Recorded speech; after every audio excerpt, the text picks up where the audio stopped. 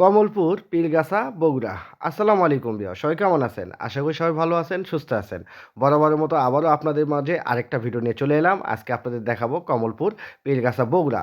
এই কমলপুরটা কিন্তু পীরগাছা থেকে ১ কিলোমিটার দূরে। আর আমরাও কিন্তু এখন বর্তমানে যে রাস্তাটায় আছি যেখান থেকে দেখতে পাচ্ছেন প্রায় পীরগাছা থেকে ১ কিলোমিটার দূরে আছি। তো যাই হোক আপনাদেরকে অসংখ্য ধন্যবাদ আমার পাশে থাকার জন্য।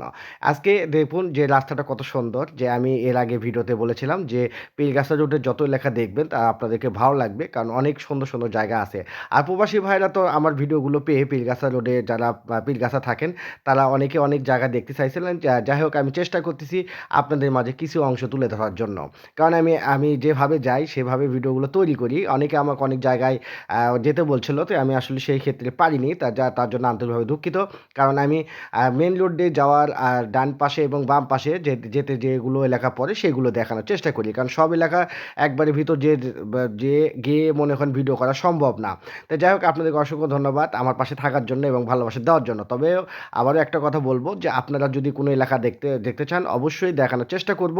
কিছু মনে করবেন না যদি না দেখাতে পারি। তো যাই হোক আপনাদেরকে অসংখ্য ধন্যবাদ আমার সঙ্গে থাকার জন্য।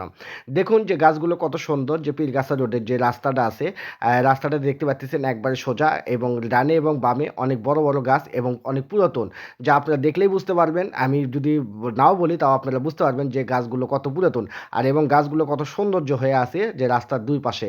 আর দেখুন না আপনাদের এই গাছটা কেমন লাগতেছে, অবশ্যই ভালো লাগবে। ডানে এবং দূরে দেখতেছেন যে গাছগুলো এত সুন্দর যে দেখার মতো। অবশ্যই আপনারা যারা এই রোডে আসেননি অবশ্যই আসবেন, ভালো লাগবে আপনাদের ঘুরতে এবং এখানে সময় কাটাতে অনেক ভালো লাগবে। কারণ সময় কাটানোর মতো এইরকম প্রকৃতির দৃশ্য সব জায়গায় আসলে থাকে না। কারণ আসলে যেগুলোতে থাকে তারা মানুষ অবশ্যই সেখানে ঘুরতে যায় এবং সময় কাটায়। অবশ্যই আপনারা আসবেন এবং ভালো লাগবে, কারণ প্রকৃতির দৃশ্য মানুষকে মনটা ভালো করে দেয়।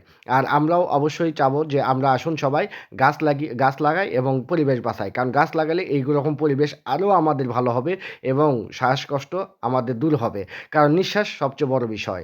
যাই হোক অক্সিজেন যদি ঠিক মতো না থাকে তাহলে আমাদের শ্বাসকষ্ট অবশ্যই সমস্যা হবে।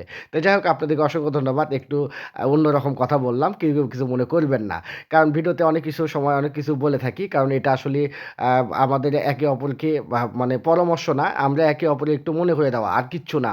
তো যাই হোক অসংখ্য ধন্যবাদ আপনাদেরকে আমার সঙ্গে থাকার জন্য। অবশ্যই ভুল ত্রুটি হলে আমাকে অবশ্যই বলবেন, কারণ আমি ভুল যদি করে থাকি আপনারা যদি ভুল না ধরে দেন আমি কিন্তু সেটা সমাধান করতে পারবো না।